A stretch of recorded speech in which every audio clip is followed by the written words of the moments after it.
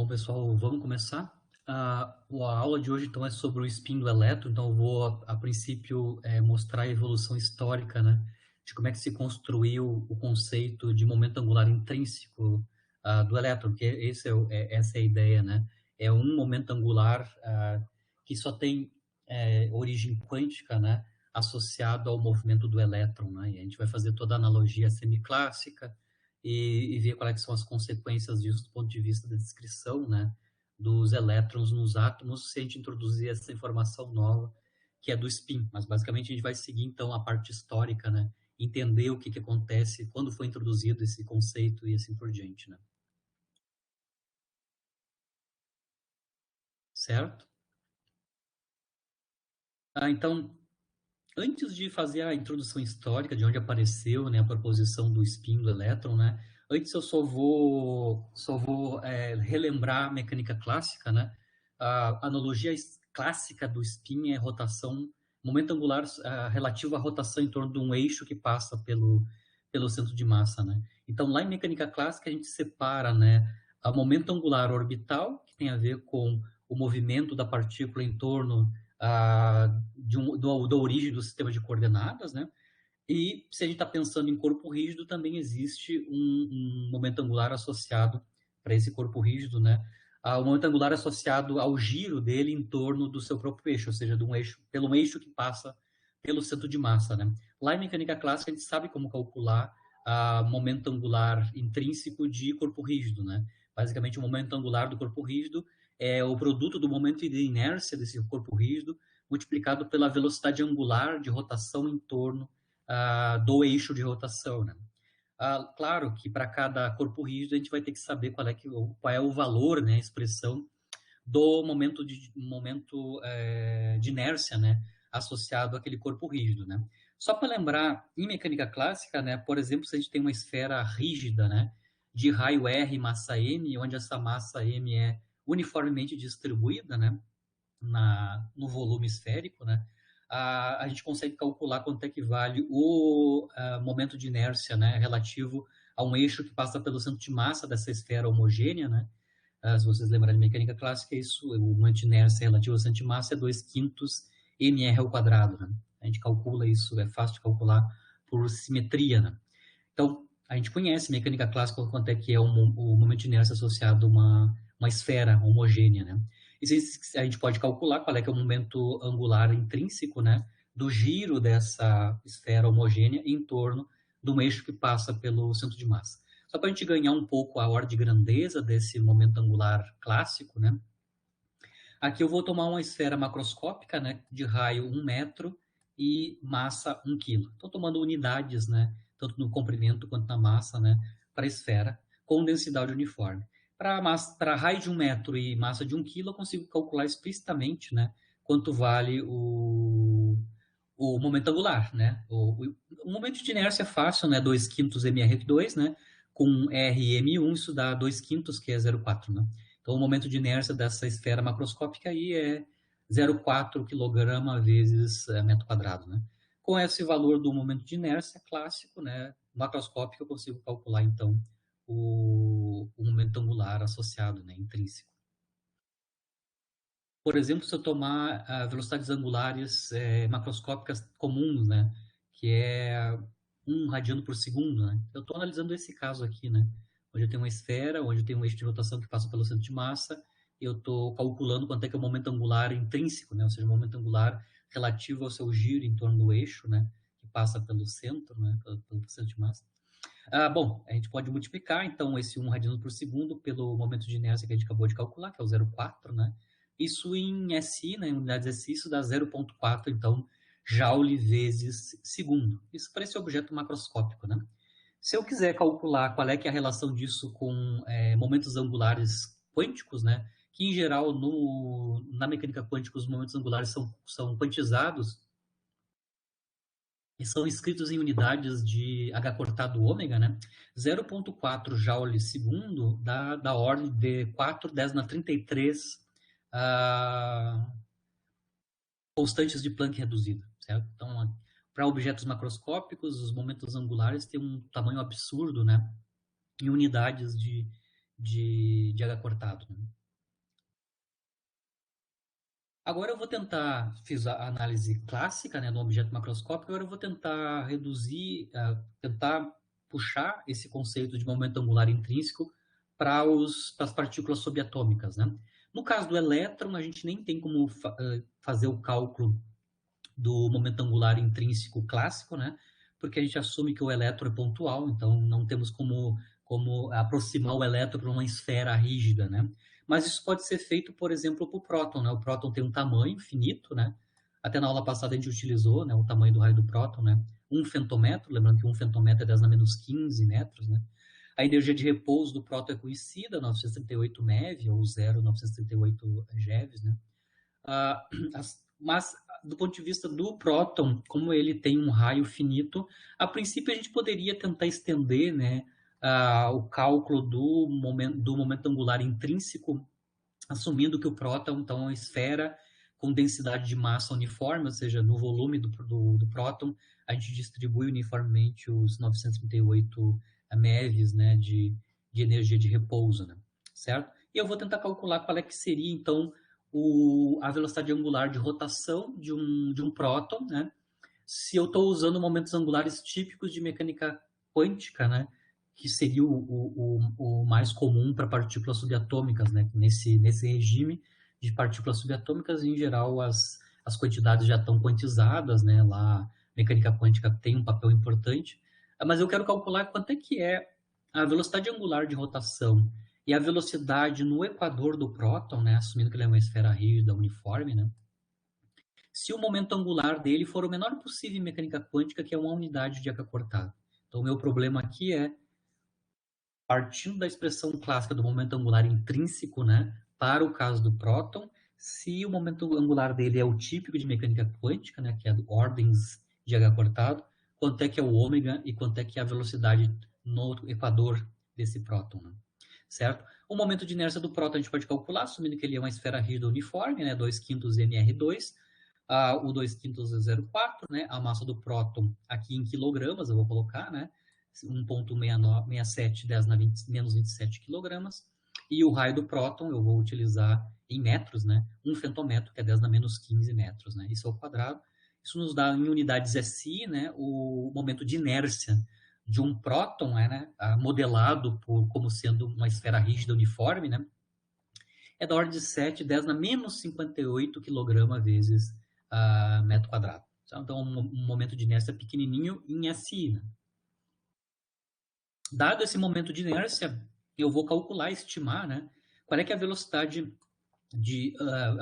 angular de rotação desse próton em torno de um eixo que passa pelo seu centro de massa, né, assumindo, então, que o momento angular dele tipicamente é da ordem de 1 h cortado.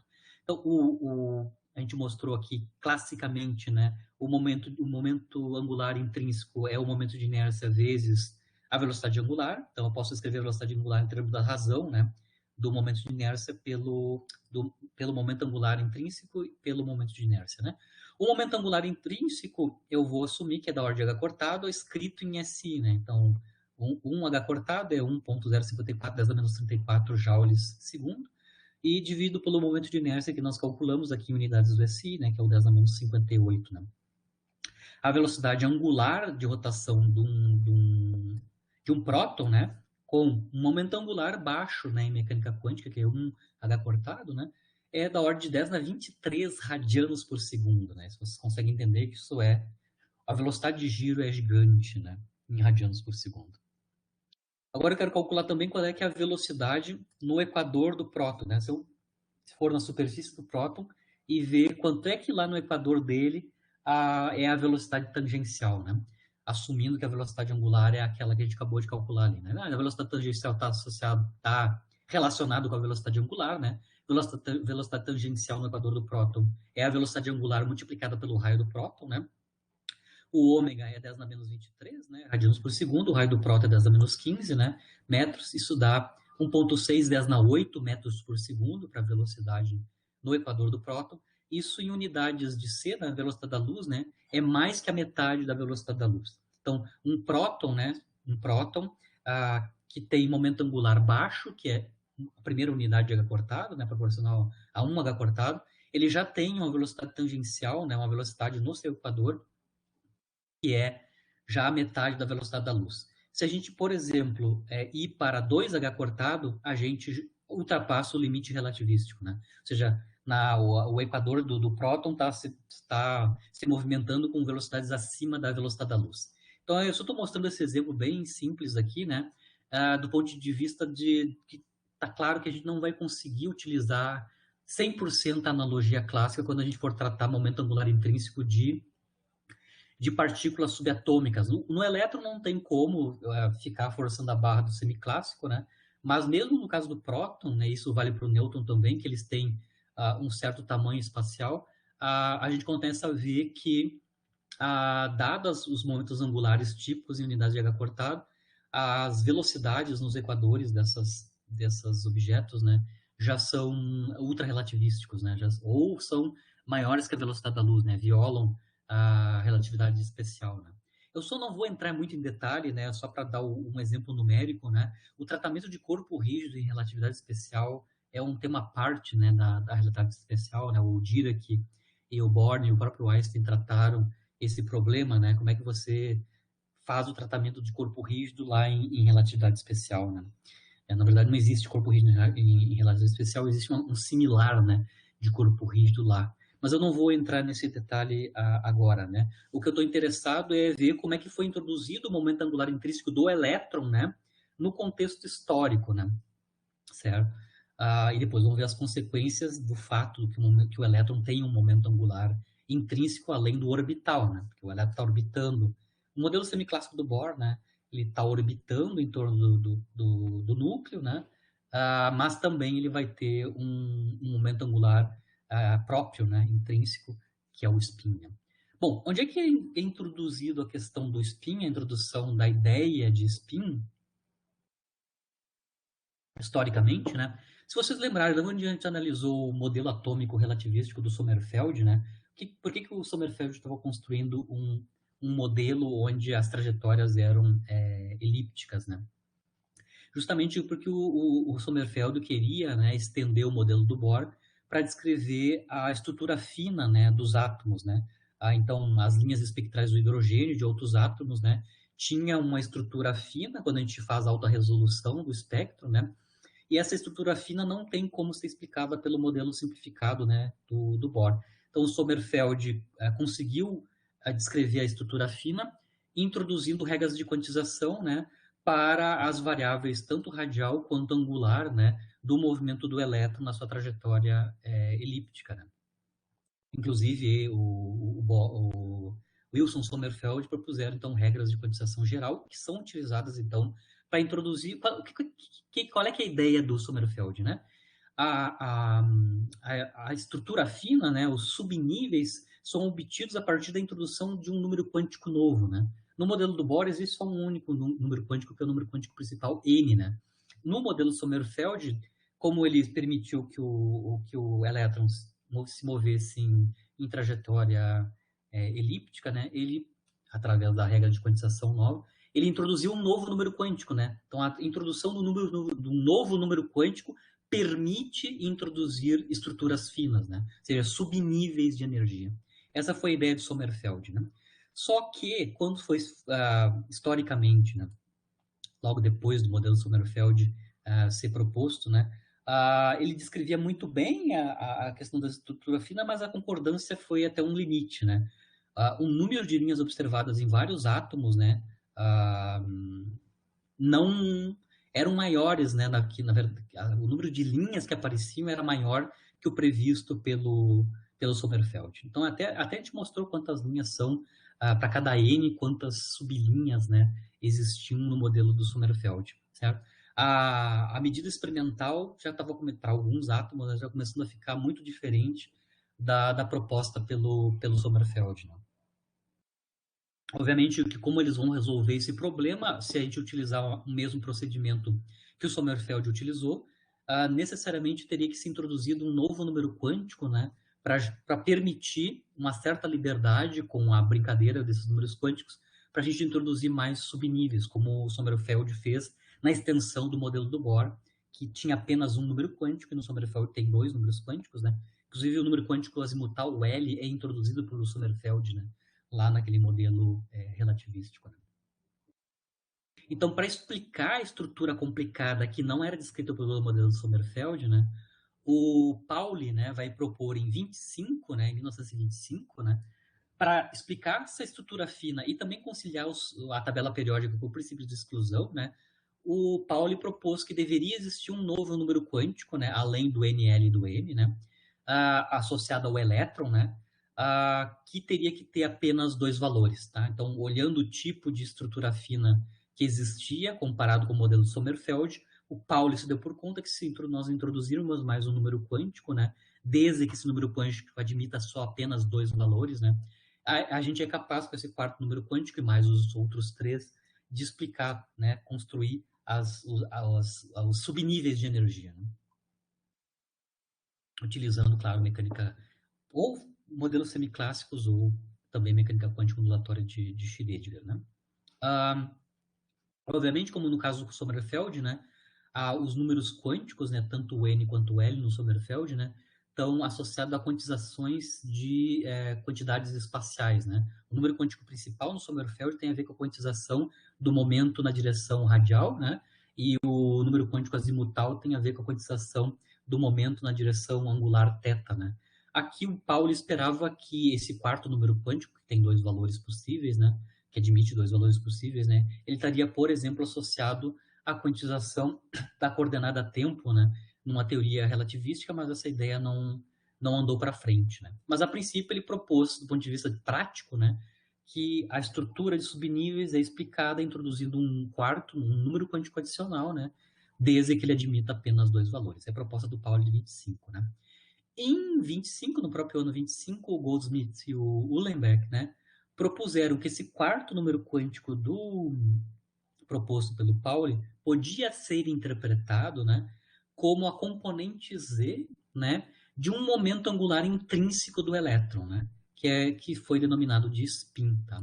Então, aqui no modelo ou na proposta do Goldsmith Uhlenbeck, o spin, né, o vetor de spin, basicamente é a versão quântica do vetor momento angular intrínseco, né, do elétron, com toda a problemática da interpretação da analogia clássica, né? A princípio, o elétron pontual, a princípio, classicamente, eu nem teria como enunciar o momento angular intrínseco, né? Mas se eu forçasse a barra que ele é um objeto extenso, né? E pensasse que ele poderia ter um momento angular intrínseco clássico, eu já mostrei as limitações dessa abordagem agora para o caso do próton, né? Mas, a princípio, né? Do ponto de vista quântico, nós poderíamos admitir que existe um momento angular intrínseco do elétron, né? Que é denominado spin. Quando eu projeto ele na direção Z, ele só tem duas projeções possíveis, que é a proposta do Pauli, né? Então, isso em 25 foi a proposta de interpretação de onde vem o número quântico, né? O quarto número quântico proposto pelo Pauli, né? Esse quarto número quântico, eu estou chamando aqui de NS, né?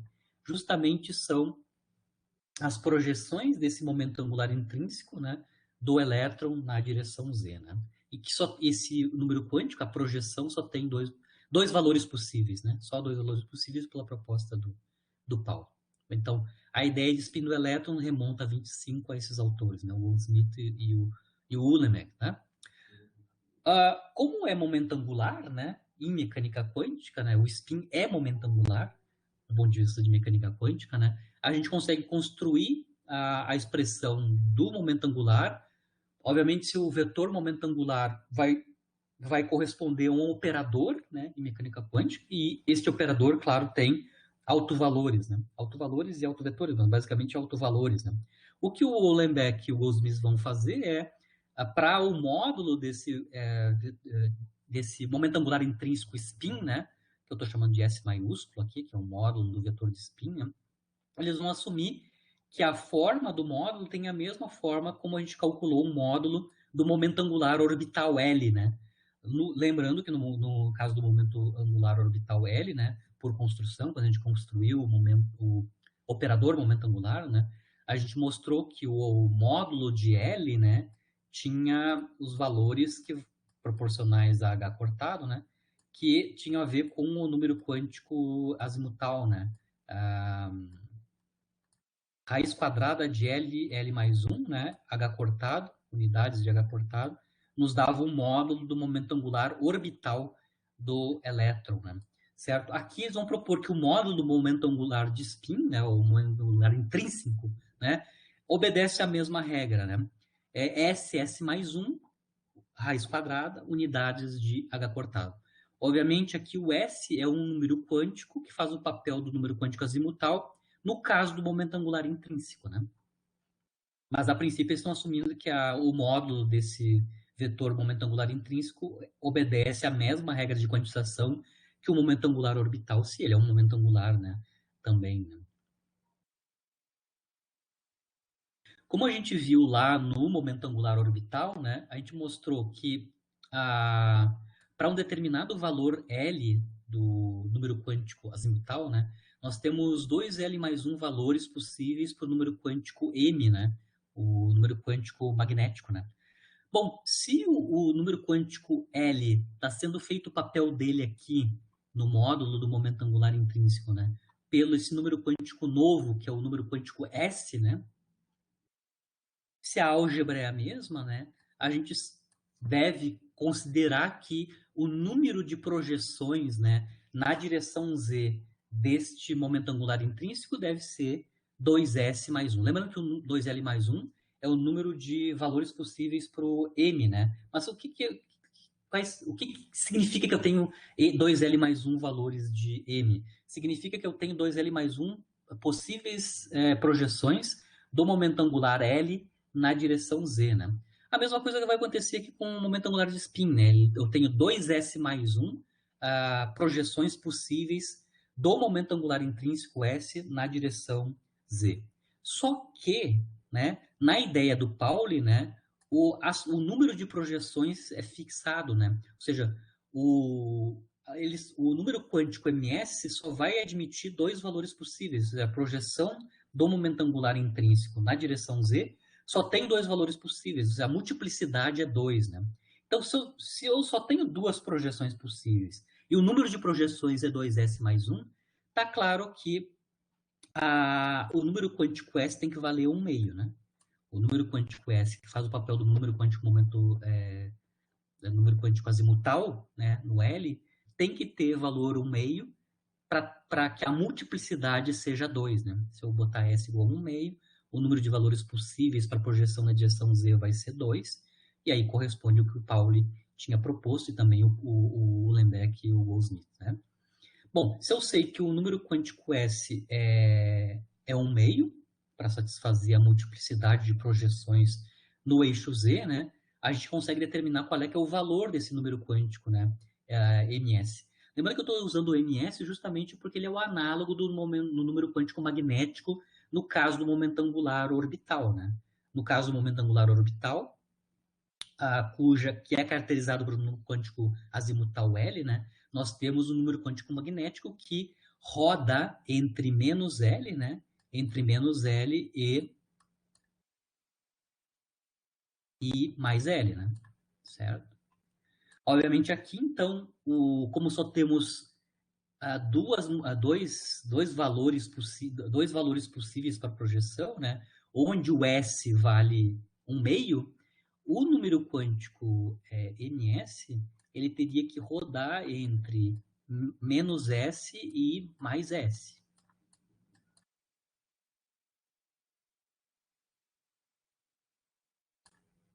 Mas S é 1 meio para satisfazer a multiplicidade. E aí está claro que o número quântico ms, que eu faço o papel do número quântico magnético associado a esse momento angular intrínseco, né? Só tem dois valores possíveis, como a gente já previu, né? O Paulo já tinha previsto, né? E tem valores que são fracionários, né? Mais ou menos 1 meio. Que é justamente a banda, né, possível para o número quântico ms, né? Está entre menos S e S, onde S é 1 meio, né? Então, toda a álgebra de momento angular intrínseco repete a álgebra de momento angular orbital que a gente já conhece.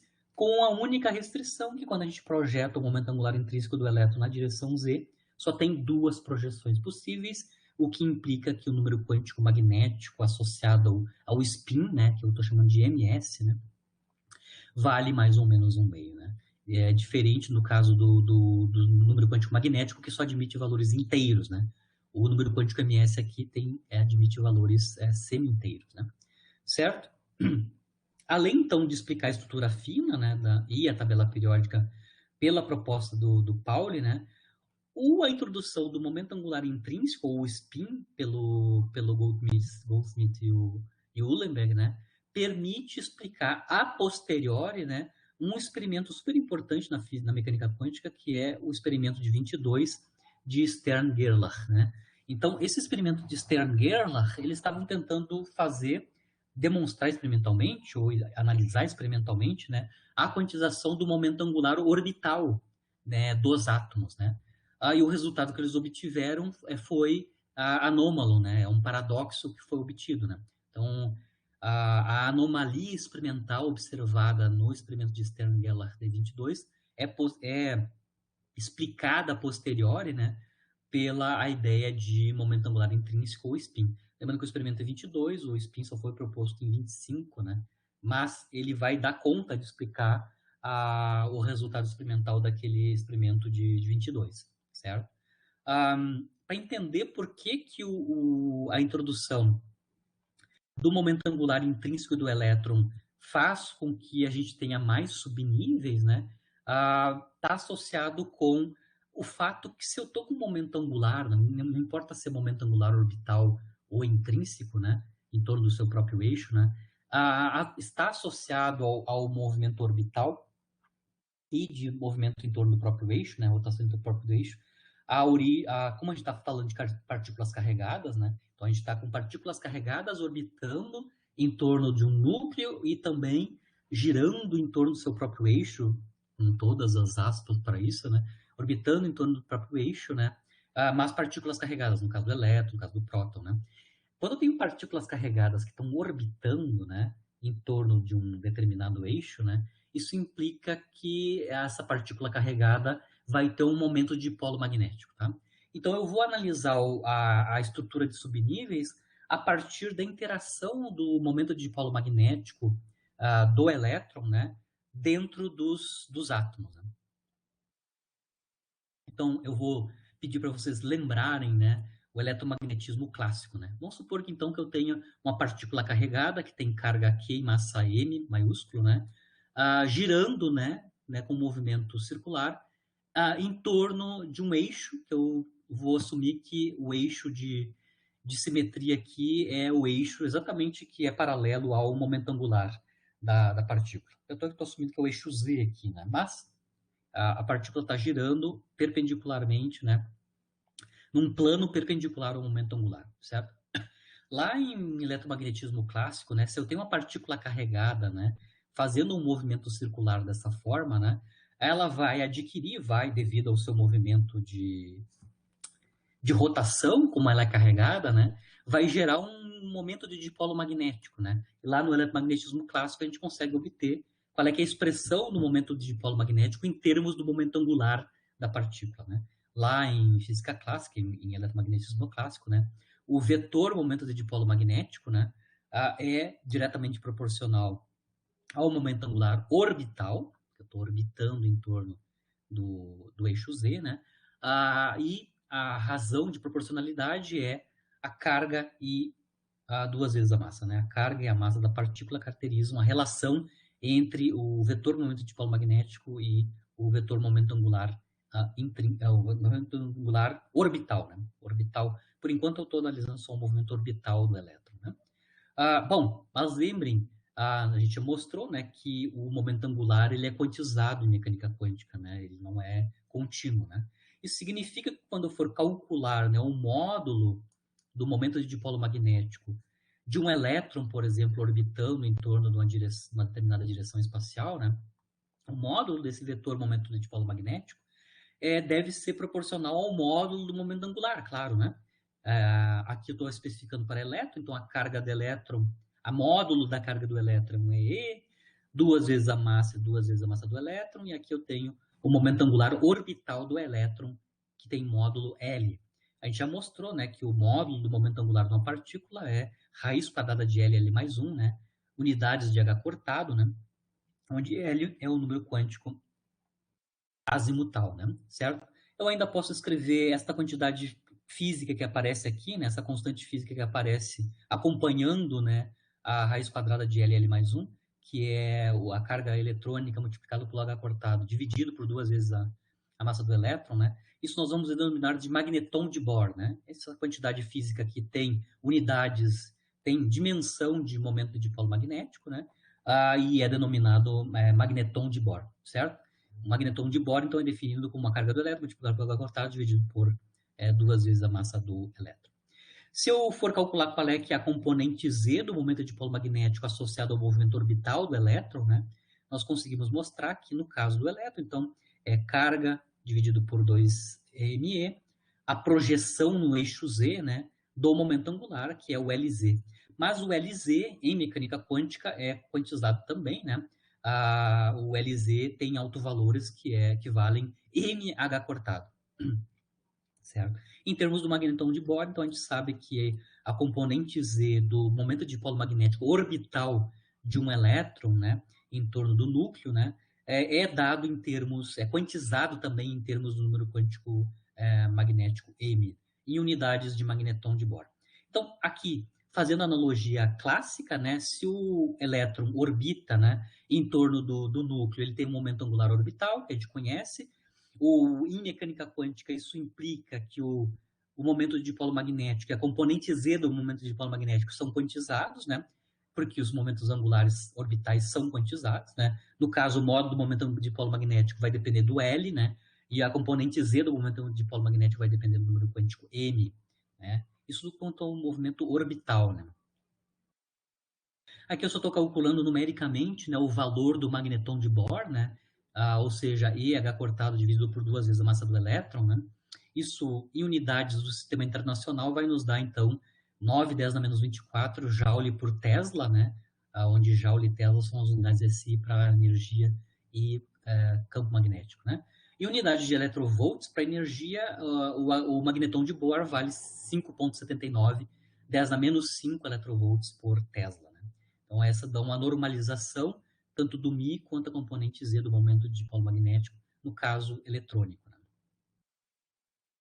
Embora essa proporcionalidade que eu estou mostrando aqui em física clássica, já fazendo um modelo semiclássico, né, já quantizando os momentos angulares, né, valha apenas para o movimento orbital circular, né, a gente pode generalizar se o movimento não for necessariamente circular. Por exemplo, se o movimento for elíptico, né? A única alteração que a gente vai fazer é quando eu passo do movimento orbital circular para outro tipo de movimento em torno do eixo Z, né, ou em torno do momento do eixo da direção do momento angular, né, é multiplicar nossas expressões ali por um fator, né, que tem a ver com a distribuição de carga, né, da geometria da distribuição de carga, que é a razão giromagnética, ou o fator G. Então, o fator G ele entra só para generalizar a relação entre momento de dipolo magnético e momento angular orbital, no caso onde o movimento não seja tão simples como o movimento circular, como eu assumi ali, né? Mas as expressões são basicamente a mesma, né? A menos a introdução do fator G, ou razão giromagnética. Claro que no caso do elétron, né, se ele está orbitando ali em torno do núcleo com a trajetória circular, né, o fator G, no caso do movimento orbital do elétron, vale exatamente 1, e aí a expressão que a gente obtém é exatamente, tanto para o Mi quanto para o MiZ, são exatamente as mesmas que a gente estava analisando agora há pouco, pela analogia direta, né, com física clássica, né, com eletromagnetismo clássico. Mas aqui eu estou colocando só a expressão geral, né, assumindo que o fator G associado ao movimento orbital do elétron é exatamente 1, né. Para outras partículas carregadas, por exemplo, o próton o próton, por exemplo, né, que tem a mesma carga do elétron, né, o fator G associado ao movimento orbital não é 1, tá? Eu não vou entrar nesse detalhe, mas vocês vão ver isso na física século XX B, né? os fatores G ou as razões giromagnéticas para próton e nêutrons, né, são anômalos comparados com o que é esperado do elétron, né? O GL e o GS ou seja, os fatores G para o elétron, tanto no seu movimento orbital quanto no seu movimento de momento angular intrínseco de spin, né, são ambos igual a unidade, né?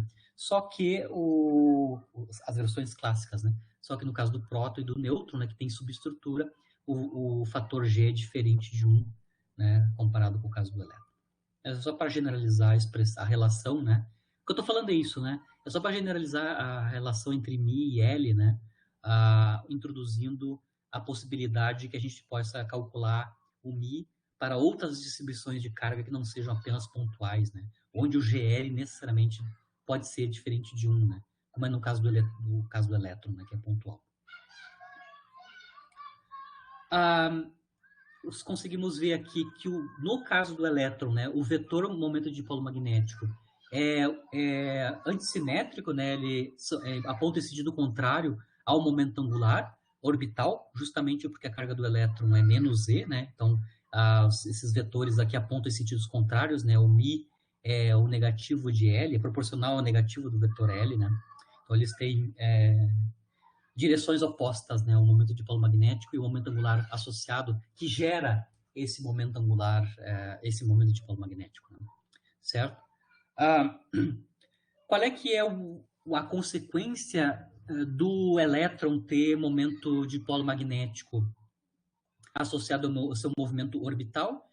É que esse momento de dipolo magnético pode interagir com o campo magnético externo, né? Se vocês lembrarem lá da física clássica, eletromagnetismo clássico, né? O momento de dipolo magnético pode ser pensado como um ímã, né? Um mini ímã, né? Se você introduz esse mini ímã caracterizado pelo momento de dipolo magnético Mi, né? Você vai interagir esse ímã com um campo magnético externo. Então é importante entender como é que funciona a interação do momento de dipolo magnético do elétron, né? No seu movimento orbital, e depois eles vão estender a caso do intrínseco, né? No caso do spin, da interação dele com o campo magnético externo, né? Pode acontecer duas coisas, né, quando a gente introduz uma partícula que tem um momento de dipolo magnético diferente de zero, né, num campo magnético uniforme B, né. Basicamente, se a partícula é estática, né, se a minha partícula que tem momento de dipolo magnético Mi está estática, quando eu introduzo ela num campo magnético uniforme, ou ligo um campo magnético uniforme sobre ela, né, aparece um torque, né, sobre essa partícula, né, que é dada lá em física clássica, né, em eletromagnetismo clássico. O torque sobre a partícula o produto vetorial, né, é calculado como produto vetorial do vetor momento magnético com o vetor campo magnético, né? Então, produto vetorial μB dá o torque que a partícula vai sentir devido à interação com o campo magnético. Lembrando que ela é um mini-ímã, né? O Mi caracteriza a partícula como um mini-ímã, né? Bom, se a partícula não está estática, tá? Ela já está girando em torno, né, do seu eixo, né? Ou seja, se ela tem um momento angular intrínseco, né? O fato dela ter um momento de dipolo magnético e se ela está girando em torno do seu próprio eixo, né? O efeito de introduzir ela num campo magnético é fazer com que o torque vai ter como consequência, o torque vai aparecer sobre a partícula, vai ter como consequência que o eixo do ímã, né, vai executar um movimento de precessão em torno da direção do momento magnético, né? Do vetor campo magnético, né? Então, se eu tenho uma partícula que tem momento de dipolo magnético associado a giro em torno do seu próprio eixo, né? Necessariamente o que vai acontecer é movimento de precessão, né? Do eixo desse ímã, né? do vetor Mi, né? Em torno da direção do vetor campo magnético, né? Qual é que é a consequência do ponto de vista de energia, né? Se eu tenho uma partícula com momento magnético diferente de zero num campo externo, vai aparecer uma contribuição para a energia potencial, né? A interação da partícula com o campo externo magnético vai introduzir na EMEC do sistema, né, na energia total do sistema, né, uma contribuição na energia potencial que é dado lá para a física clássica, né, que é justamente o negativo do produto escalar MB, né? Então, o negativo do produto escalar MB é justamente a energia associada à interação do momento magnético da partícula com o campo externo, né? Se o campo magnético está apontando na direção Z, a expressão de U é simples, né? Porque a gente pode calcular explicitamente o produto escalar, né? Basicamente, então, é B, que é o módulo do campo magnético, que está na direção Z, né? Multiplicado pela componente Z do momento de polo magnético, que a gente sabe que é quantizado e depende do número quântico magnético, né? No caso, orbital, né? Então, aqui eu só estou falando os dois casos, né? Então, eu estou aqui com uma partícula que tem um momento de dipolo magnético associado, né? Se ela está estática, isso significa que eu posso pensar ela como um mini ímã, né? Onde a direção do momento de dipolo magnético vai do polo sul para o polo norte, né? Quando eu introduzo essa partícula estática sobre um campo magnético externo, né? Uniforme, o que vai acontecer é a partícula, ou o ímã, né? O ímã vai se orientar, né? O ímã vai se orientar de maneira que o Mi seja paralelo ao campo magnético, à direção do campo magnético. Se o ímã está girando em torno do próprio eixo, né, e ele tem um momento de magnético associado a esse giro em torno do próprio eixo, ou seja, ele tem um momento magnético associado ao seu momento angular intrínseco, né? O que acontece quando a gente coloca um ímã que está girando em torno do próprio eixo, né, e tem um momento magnético Mi, o torque tem como resultado precessionar, né, fazer um movimento de precessão do vetor μ em torno da direção do campo magnético, né? Então, no caso do movimento orbital do elétron, o que a gente espera que aconteça é um alinhamento, né, da direção do vetor μ orbital na direção de B, e no caso do momento angular intrínseco do elétron, né, que é o giro em torno do seu próprio eixo, né, o que a gente espera quando a gente introduz ele num campo B, campo magnético num campo, o elétron num campo magnético B, é que a direção do seu momento angular, do seu momento de polo magnético associado ao spin, né, vai ficar precessionando em torno do eixo de rotação, que é a direção do campo B. Né? Muito bem. É só para exemplificar o que eu estou falando. Então, aqui eu estou representando o momento de polo magnético como mini ímãs, né? Tanto no caso do orbital, quanto no caso do momento angular intrínseco. Né?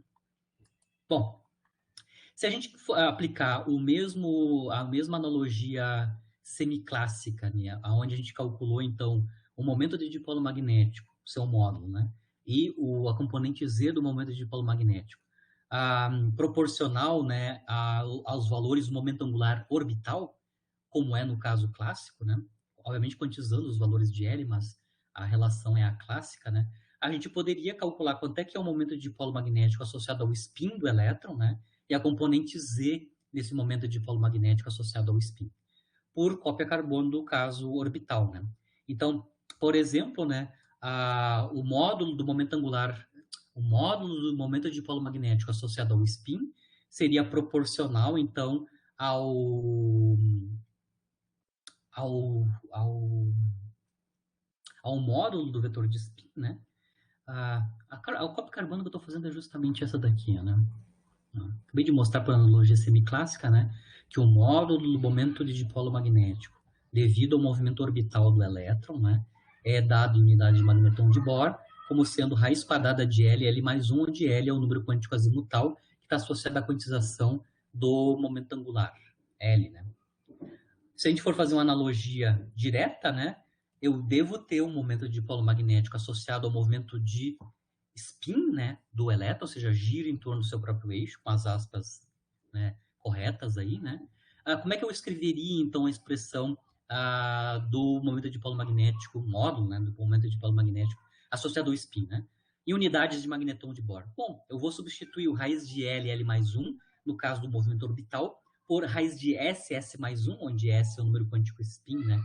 No caso do movimento do elétron em torno do seu próprio eixo, que isso seja, né? Do ponto de vista semiclássico, né? Bom, como o número quântico S é fixo, né? Diferente do momento angular do L, né? Diferente do L, né? Que é inteiro e variável, né? No caso do número quântico spin, ele é fixo, é apenas um meio.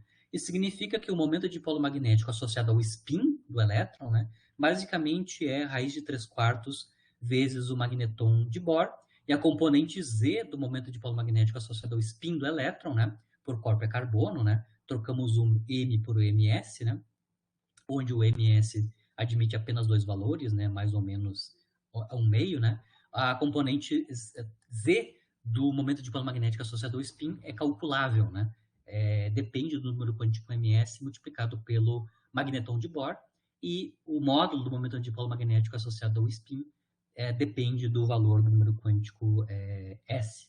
Exatamente como o caso orbital, né? Então, do ponto de vista da interação, então, de um elétron com campos magnéticos, duas coisas acontecem, né? Uma é a interação do momento de polo magnético orbital com o campo magnético, que é este caso aqui, né? Orientação relativa à direção de B. E no caso do momento angular intrínseco, como a gente tem momento de dipolo magnético também associado a este momento angular intrínseco, a gente vai também ter interação desse Mi com campo magnético externo. No caso do momento angular intrínseco, isso implica movimento de precessão, né, do vetor, do vetor Mi, S, né, em torno da direção dada pelo campo D. Então, resumindo, né, o elétron tem dois momentos angulares, um orbital e um intrínseco. O intrínseco é puramente quântico, né? Eu já falei que tem limitação na analogia clássica disso, né? Mas ele tem dois momentos angulares, um orbital e um intrínseco. O orbital nos dá um momento magnético associado a esse movimento orbital, e o spin também nos dá uma contribuição para o momento magnético, né? Do elétron, certo? A interação desses dois momentos de dipolo magnético com campos externos vai nos dar as separações, né, dos subníveis de energia que aparecem lá na estrutura fina medida nos espectros dos átomos. Por quê? Porque quando a gente introduz, né, a interação dos momentos de dipolo do elétron, né, com o campo magnético externo, a gente vai introduzir contribuições para a energia potencial, né, lá na expressão da EMEC, né, isso automaticamente vai nos dar valores diferentes de energias, né, porque nós conseguimos ver aqui claramente, diretamente aqui, né, o μz é quantizado, então isso significa que para cada valor de μz, né, ou seja, para cada valor possível dado o número quântico magnético ou o número quântico ms, né, nós vamos ter contribuições distintas para a energia potencial. Isso significa níveis de energia distintos para cada estado do elétron, né, no seu caso de movimento orbital, no seu caso de movimento de spin, né, certo? Então, a separação em subníveis de energia basicamente vem da introdução da contribuição da energia associada à interação dos momentos de dipolo magnético, tanto de orbital quanto de spin, com campos externos, né?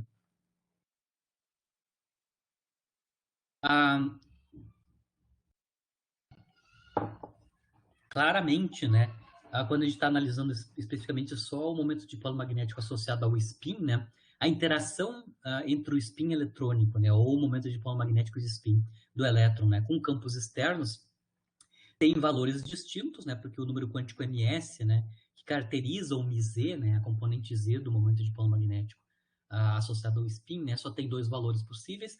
Cada uma dessas configurações, né, o elétron com cada uma dessas projeções no eixo z para o momento angular intrínseco vai ter características diferentes, né, vai ter energias diferentes, né. Isso implica, então, um desdobramento que é verificado experimentalmente nas linhas espectrais, né. Então, só para entender por que a introdução do momento de dipolo magnético ou um momento angular intrínseco, o spin, faz com que a gente tenha desdobramento, né, nos subníveis de energia, certo? A gente abre, né, mais espaço para mais estados possíveis para o elétron, além dos três números quânticos originais, né? O N, o M, o L e o M, né? Certo? Bom, a princípio a gente fez um modelo aqui de extrapolação direta do caso orbital para o caso de spin, né? Assumindo que a expressão é exatamente a mesma, né? Troca L por S e M por MS, tá tudo bem, né? Só que quando a gente for medir experimentalmente, né? O valor do módulo do momento de magnético associado ao spin, né? Sua componente Z, que no nosso caso no nosso modelo aqui, né? Nosso modelo aqui é basicamente o módulo do número quântico ms multiplicado pelo magnetão de Bohr, né? Quando a gente vai fazer a medida experimental dessa componente Z do momento dipolo magnético do elétron, né? Experimentalmente, né? Usando campos não uniformes, né? Então a gente vai submeter elétrons, né? Ou átomos, né? Em campos magnéticos não uniformes, né? O fato de a gente produzir campos magnéticos não uniformes faz com que sobre o átomo haja uma força externa, né? Uma força devido à interação dos momentos de dipolo com o campo não uniforme, né? Se a gente fizer a medida de quanto vale, né, o μz de spin, né, a gente vai mostrar que o valor que a gente obtém não é exatamente 1/2. Né? Lembrando que se eu fosse medir experimentalmente, o que eu esperaria, né, para o valor do módulo da componente Z do momento magnético de spin, né, seria 1/2 multiplicado pelo magnetão de Bohr, né? Ou seja, seria 0,5 vezes o magnetão de Bohr seria o módulo esperado para o momento de polo magnético associado ao spin do elétron ou dos átomos, né, de um único elétron, por exemplo, átomo de hidrogênio, né, no estado fundamental. O que a gente vê não é isto, né? O valor medido para o momento de magnético de spin na direção Z é o dobro do que a gente espera, certo? Isso significa que a gente vai ter que introduzir esse fator 2 no fator G, né? No fator de giro magnético associado ao spin do elétron, né? Então, ao invés de ser GS igual a 1, que é o esperado aqui por cópia carbono da álgebra de momento angular, né, orbital. No caso do momento de polo magnético associado ao spin, a gente vai ter que introduzir um fator G que é da ordem de 2. Né? Na verdade, experimentalmente, o fator G para o elétron associado ao seu momento de polo magnético, né, na direção Z é um pouquinho maior que os 2, né? 2.0023319. Mas é da ordem de 2. Né? Ou seja, aqui a gente vai tomar como resultado empírico, né, o valor do momento, o módulo do momento magnético de spin do elétron na direção Z. Né? Não é apenas ms, é gs vezes ms, onde gs é o fator 2. Isso significa, então, que o módulo da componente Z do momento de polo magnético do elétron é basicamente uma unidade, né, do magnetão de Bohr. Né? O ms vezes o G vai dar 1 vezes o magnetão de Bohr. Né?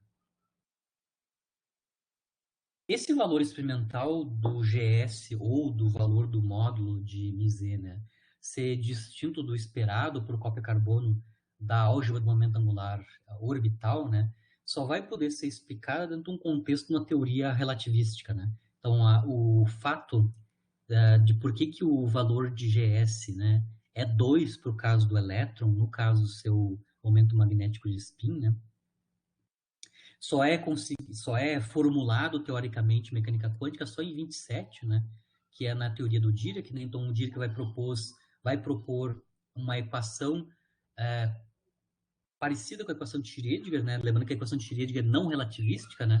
O Dirac vai construir, então, uma equação de onda relativística para o elétron, né? Que tem um momento angular intrínseco não nulo, né? Certo? Então, a explicação de por que o GS é 2 só vai ser feita no contexto de uma teoria, então, de uma mecânica quântica ondulatória, né? Relativística. Né? A mecânica quântica não relativística não dá conta de explicar por que o fator GS é 2. Né? Ainda existia um modelo, uma versão não relativística, né, para a introdução ad hoc do spin, que é a teoria de Pauli e London. Né? Então, o Pauli e o London, né, que são dois autores, mas o Pauli é o mais famoso, né? Eles propuseram, então, uma equação de onda não relativística, ou seja, igual à equação de Schrödinger, né? Introduzindo ad hoc, né, a contribuição do spin. Como é que eles colocam, né, a introdução do spin ad hoc numa equação relativística, numa equação não relativística, né?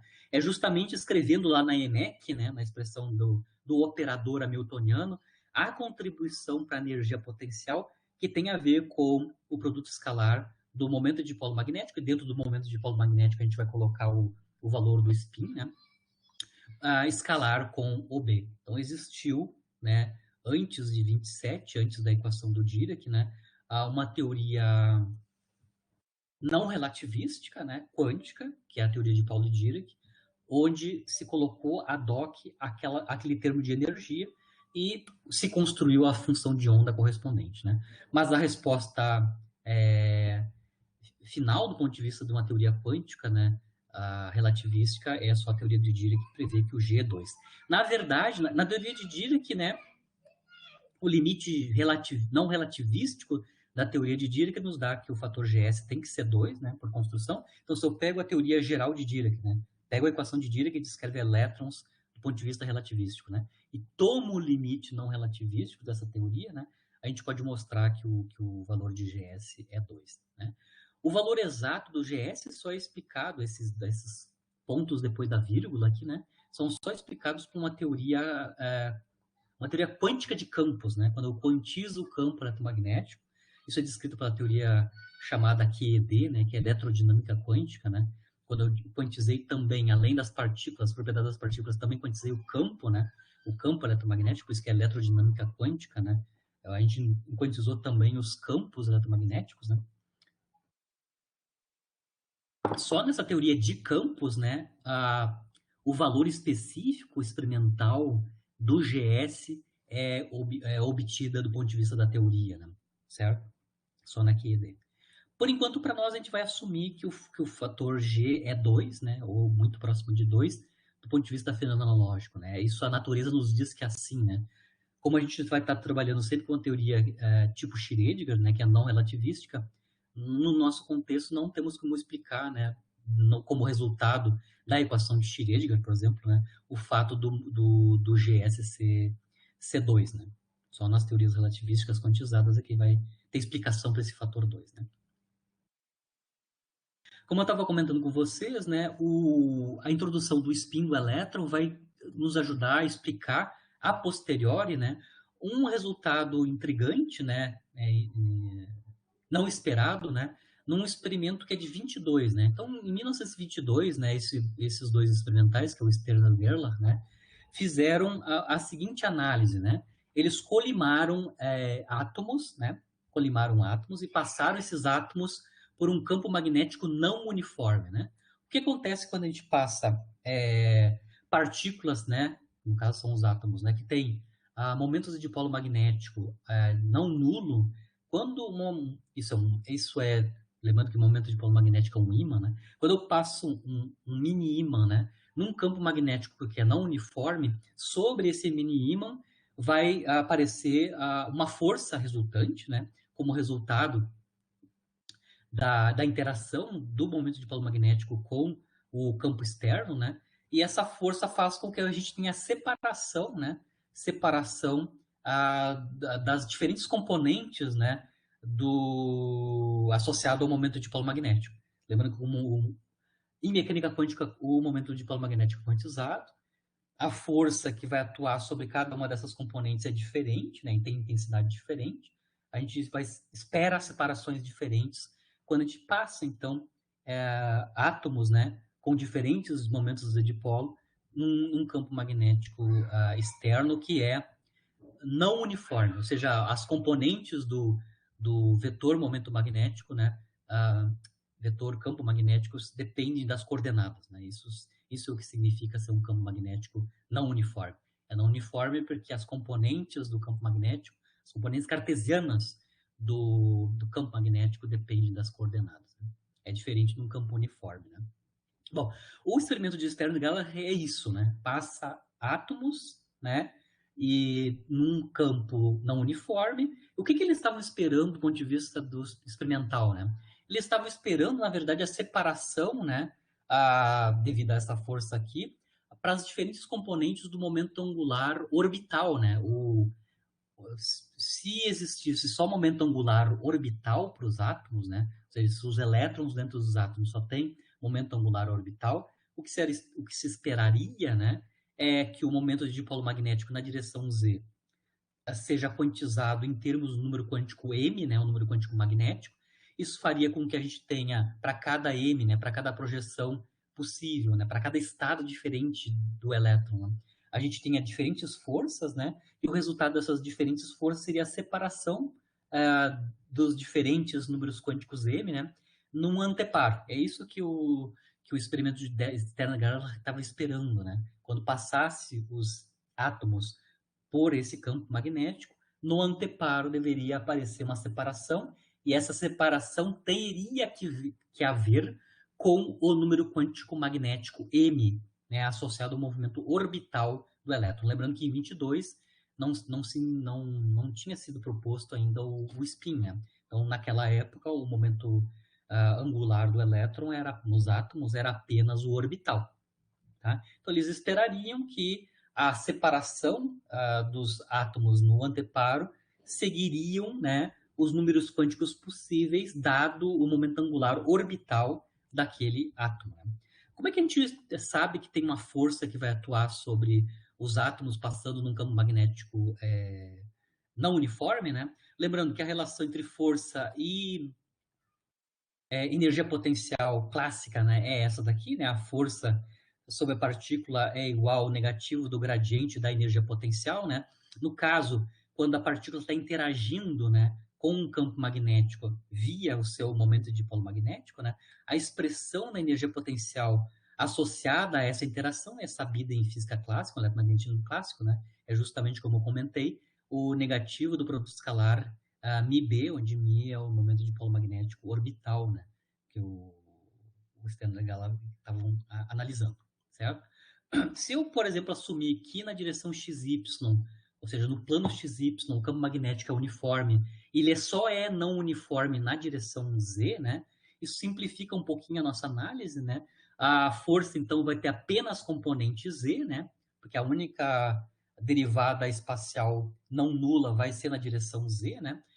Então, no caso onde o campo externo, né, B, magnético, só é não uniforme na direção Z e é uniforme na direção Y, né? A força só tem uma componente, que é a componente na direção Z, certo?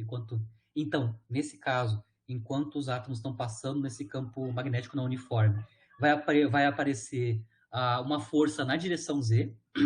E como é que a gente calcula? A gente calcula aqui da expressão da força, né? Basicamente, a força é o gradiente de Mi escalar B, né? Onde B tem componente não uniforme só na direção Z. Basicamente, isso aqui, então, vai ser a projeção de Mi na direção de Z, né? Mi na direção de Z, que é a direção onde o campo magnético uniforme variável é não uniforme, né? Um plano XY é ali uniforme. Ou seja, basicamente, então, o teu projeto primeiro, o Mi na direção Z, que vai nos dar exatamente o MiZ, né? Que é a componente Z do momento de polo magnético orbital, né? Multiplicado pelo gradiente, né? Mas o gradiente, como eu só tenho variação na direção Z, o gradiente vira, então, derivada em Z do campo magnético, né?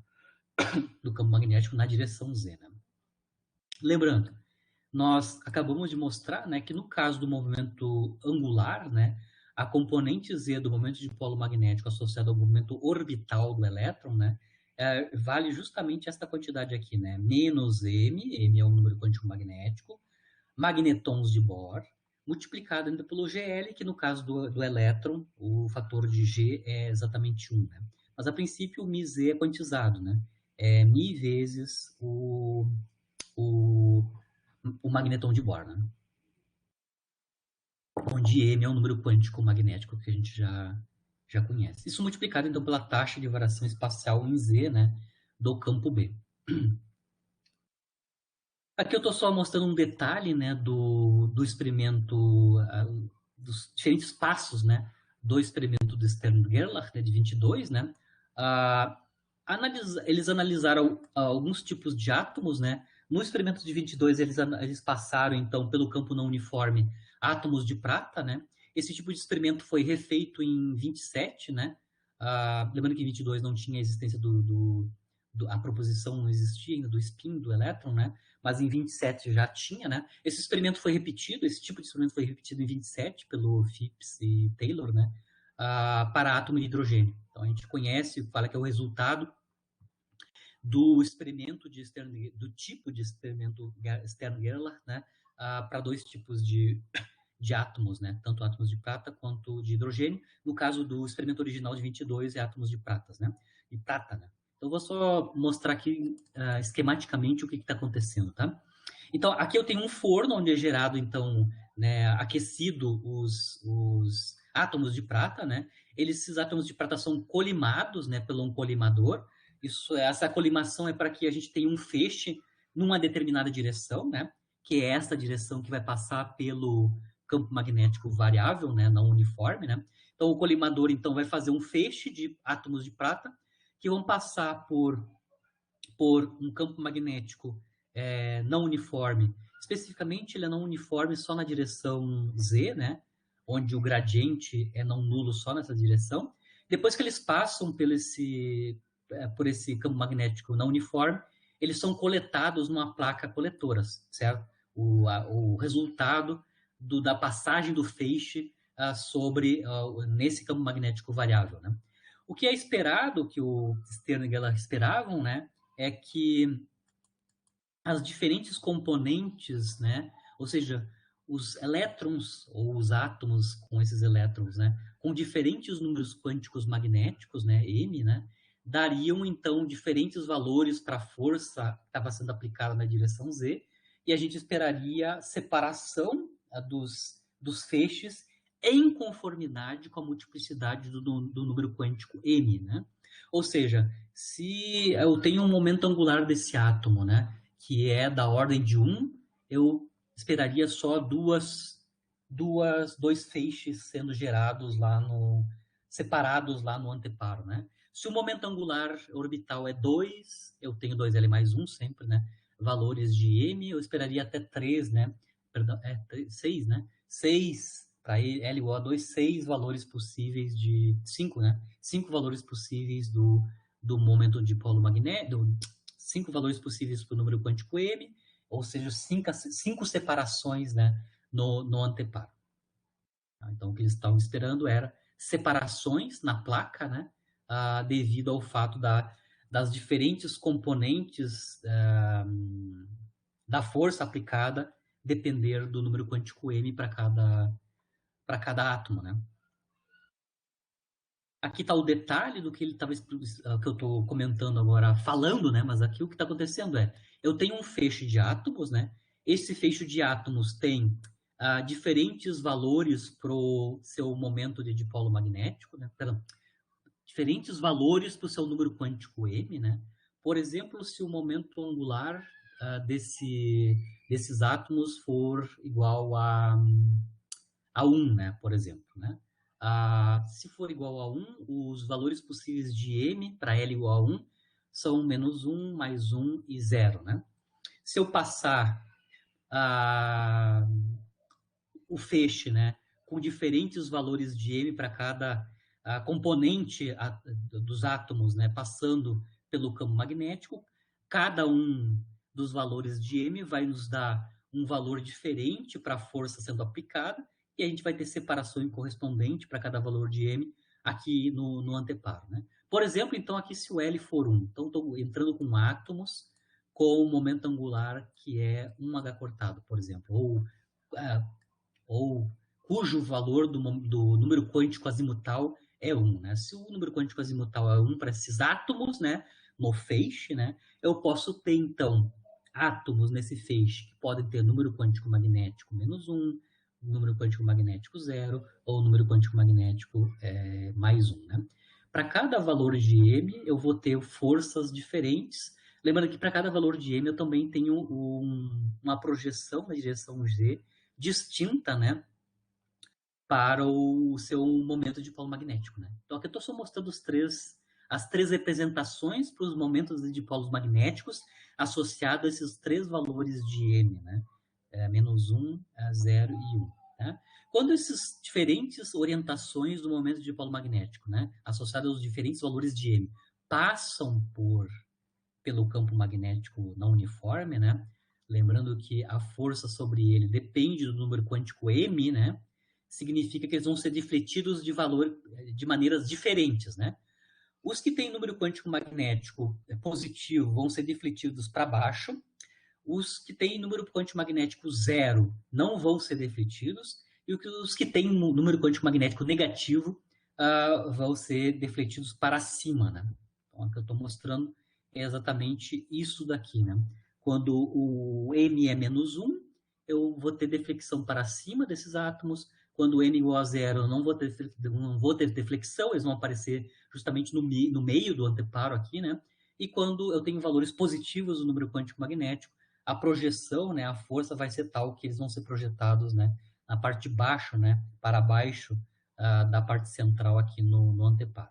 Então, o que o Stern-Geller estava esperando como resultado desse experimento era uma separação aqui nos feixes no anteparo, correspondente aos valores possíveis do número quântico m, associado ao movimento orbital, que era o que existia à época, né? Movimento orbital dos átomos, dos elétrons nos átomos. Né? Certo? Ou então, o que eles esperariam, por exemplo, se o momento angular fosse nulo, que corresponde a um número quântico azimutal nulo, né? Seria, então, todas as partículas do feixe, todos os átomos do feixe, ficariam concentrados no centro aqui, né? Então, se eu introduzo aqui átomos que têm todos os momentos angulares nulos, né? Isso corresponde a L igual a zero. O M vai ser zero, se o M vai ser zero, não vou ter deflexão, e todos eles vão se concentrar, todos os átomos do feixe vão se concentrar aqui no centro do anteparo. Se o momento angular dos átomos que eu estou colocando ali são diferentes de zero, por exemplo, se L for 1, né, o que a gente espera como uma multiplicidade de números quânticos M é 2L mais 1, né? Se L for 1, eu imagino que eu posso ter a separação em 3 feixes, né? Então, o que o Stern-Geller está esperando do ponto de vista quando for L igual a 1, né? Se ele introduz átomos com L igual a 1 ali dentro, é que a gente tivesse uma figura desse tipo lá no anteparo, né? Uma separação em 3 feixes, né? Onde o feixe do miolo corresponde aos átomos que têm número quântico m, né? Ou os elétrons dentro desses átomos, né? Que tem número quântico m zero. Os que estão em cima, né? No feixe de cima, são aqueles que têm número quântico magnético menos 1. E os que estão abaixo seriam os que têm um número quântico magnético mais 1, como a gente mostrou aqui especificamente. Né? Se o momento angular é nulo, a gente só esperaria uma concentração, né? Só no centro, né? Só aqui no centro e nenhuma separação, né? Nenhuma separação, né? Nenhuma deflexão no anteparo, certo? O que eles esperavam, basicamente, era esse tipo de figura se o L fosse maior que zero, claro, né? O que eles mediram experimentalmente, né? No experimento original de Stern-Gerlach, né, eles usaram átomos neutros de prata, né? Os átomos neutros de prata, eles têm momento angular nulo, tá? O L, né? O L, o número quântico azimutal para os átomos de prata é zero. Como os átomos de prata são todos no seu estado fundamental, né? Os átomos de prata no estado fundamental tem momento angular nulo, isso implica que o número quântico magnético, o número quântico azimutal associado é zero, né? Se o número quântico azimutal é zero, o número quântico magnético é zero, né? Isso significa que ele não tem momento de dipolo magnético, né? Porque se o M é zero e L é zero, ele não tem nem momento magnético, muito menos projeção na direção Z, né? Do momento magnético. O que isso implicaria, né? Se eu passar átomos de prata, o que o Stern-Geller estavam esperando, com a passagem de átomos de prata que tem momento angular nulo, eles esperariam que todos os átomos do feixe, depois de passar pelo campo magnético não uniforme, né, se concentraria no meio do anteparo, né, exatamente no meio do anteparo, certo? O outro experimento que usou hidrogênio, né, que é o experimento de 27, também a gente sabe que o hidrogênio no estado fundamental também tem momento angular nulo, isso significa que se a gente passasse os átomos de hidrogênio no estado fundamental, feixes de átomos de hidrogênio, né, por aquele campo magnético, né, variável, não haveria deflexão. Tá? Isso era o esperado lá no experimento de 27 do Stern-Geller. Tá? O que aconteceu do ponto de vista experimental? O que eles mediram?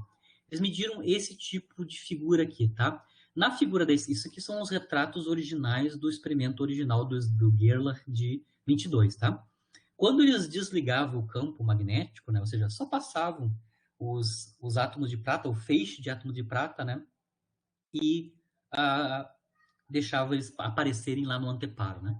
O que se obtém claramente, né, quando não tem campo magnético, é que todos os átomos do feixe incidente, né, vão estar no meio do anteparo. Não tem campo magnético, tranquilo. Agora, quando é ligado o campo magnético uniforme, né, no caso, se o momento de polos estivesse associado só ao movimento orbital dos elétrons, né, como o L é zero, né, eles não têm momento de polo magnético, certo? O que o Sternberg estava esperando é que a figura fosse a mesma, né?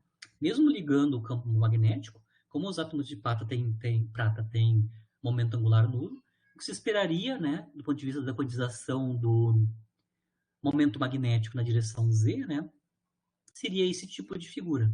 Mas só o que eles observaram experimentalmente em 22 foi essa figura aqui, tá? Que claramente aparece uma separação em torno do centro do anteparo, uma separação em dois subfeixes, né? Tem uma parte do feixe que foi desviado para cima e uma parte do feixe que foi desviado para baixo. Esse resultado experimental aqui é inconsistente com o esperado da teoria de quantização do momento de polo magnético de direção z associado ao movimento orbital, né? Porque se os átomos de prata têm momento magnético nulo, não deveria ter nenhuma deflexão e a gente obteria esse tipo de figura aqui, né?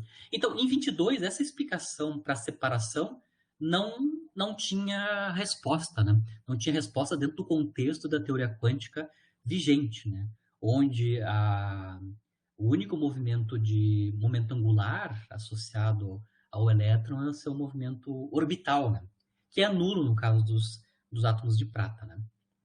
Agora, a posteriori, esse resultado experimental do Stern-Gerlach pode ser explicado através do spin, ou momento angular intrínseco do elétron, né? Apesar do momento angular orbital ser nulo, os elétrons continuam tendo ainda, né, momento de polo magnético associado, devido ao seu spin, né? Isso não é desligado, né? Isso não vai ser desligado nunca, né? Os elétrons sempre vão ter um momento magnético associado ao seu spin, certo? Independente se o momento angular orbital é nulo ou não, né? Bom, a gente já mostrou, né, que no caso do momento angular intrínseco, né, ele só tem duas projeções na direção z, né? E automaticamente, a gente acabou de mostrar aqui agora há pouco, né? Devido à quantização na direção z do spin, isso vai implicar que o momento de dipolo magnético na direção z, devido ao spin do elétron, né, é diretamente proporcional ao número quântico ms, né? O número quântico ms só tem dois valores possíveis, né? Então, tá claro, se eu tenho átomos com momento angular nulo, mas lá esses elétrons dentro desses átomos ainda têm um momento de dipolo magnético não nulo que tem a ver com o seu spin, né? E a componente Z desse momento de magnético depende só do número quântico ms, que tem os valores mais ou menos um meio, né? Então, quando eu passo um feixe de átomos que tem momento angular nulo, mas incluo nessa análise o spin eletrônico, ele continua tendo, esse átomo continua a ter um momento de dipolo magnético, que é um momento de dipolo magnético associado ao spin do elétron, né? E, obviamente, como o ms só tem dois valores, isso significa que a força, né, vai fazer uma separação apenas em duas componentes, né? A força que vai acontecer aqui sobre os átomos que estão passando aqui, né, devido ao seu momento de dipolo magnético de spin, né, só pode ter duas separações possíveis, né? Uma para cima e outra para baixo, né? O para cima vai ser associado àqueles átomos que têm número quântico ms menos um meio, né? E os defletidos para baixo têm o número quântico ms menos um meio, certo? Isso, ou seja, usando a ideia de momento de dipolo magnético associado ao spin, a gente consegue explicar o resultado estranho, né, do experimento de Stern-Gerlach, né? Há uma separação devido às duas componentes, né, do número quântico ms, né? O ms tem 2 valores, isso faz com que a gente tenha separação o feixe em dois níveis, né? Explicitamente como aparece aqui na fotografia original, né? Um para cima e um para baixo, nada no miolo, né?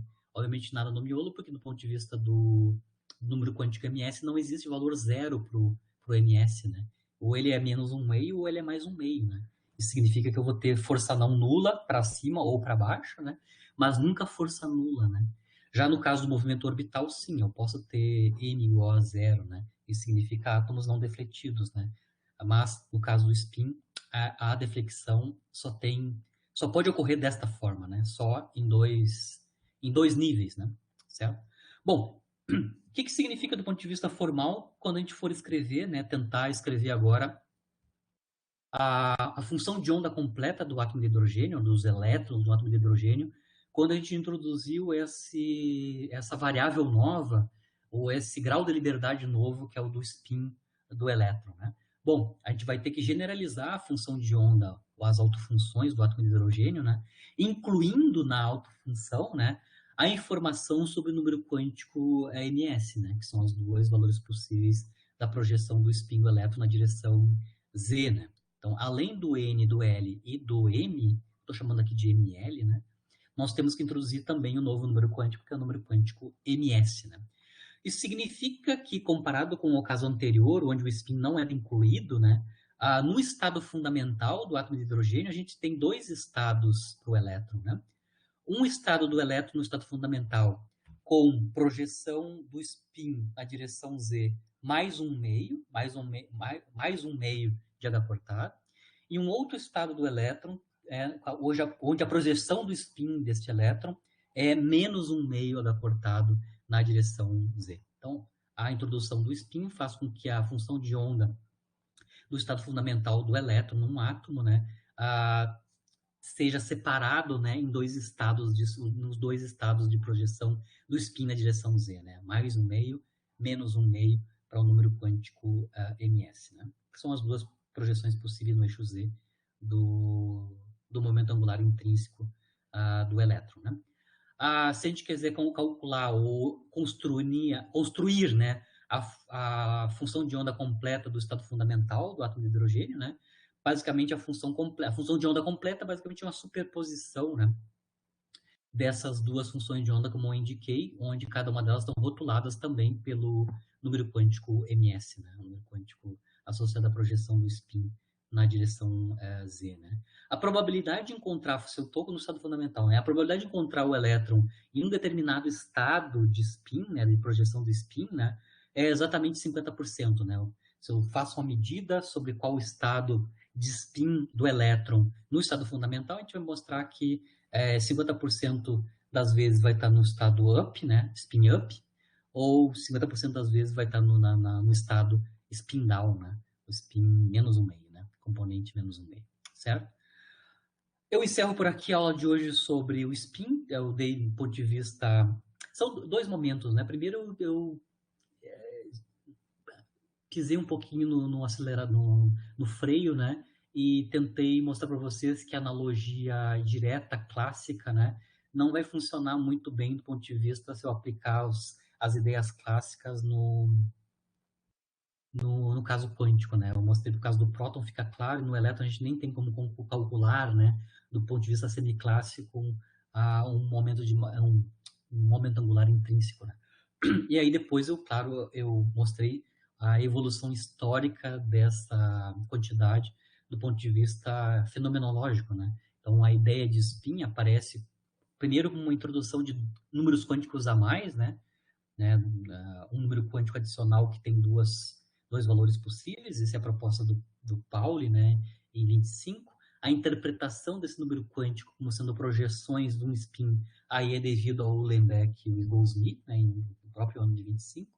E as consequências, né, do ponto de vista de introdução de um momento angular intrínseco na forma de um momento de dipolo magnético além do orbital, né?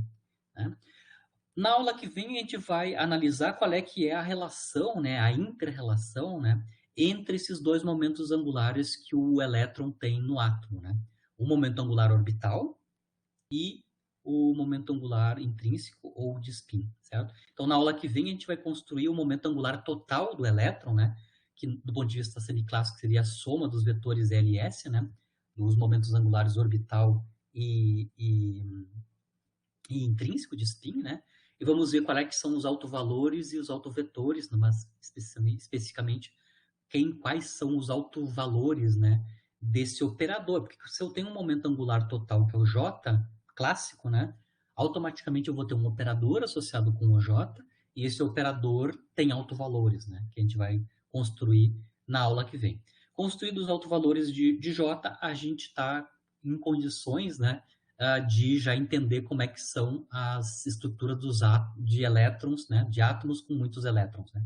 Pero qual é que é o efeito de a gente introduzir spin na nossa descrição, né, dos níveis de energia na interação dos átomos com campos magnéticos externos, né.